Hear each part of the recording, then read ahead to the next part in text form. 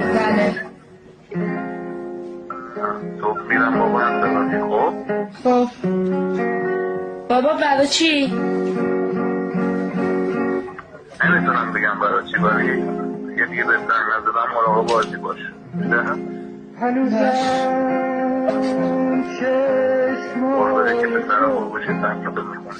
باش هنوزم بابا مگه حال نداده بودی بیای پیشونی؟ چشمای تو مثل چرا بابا؟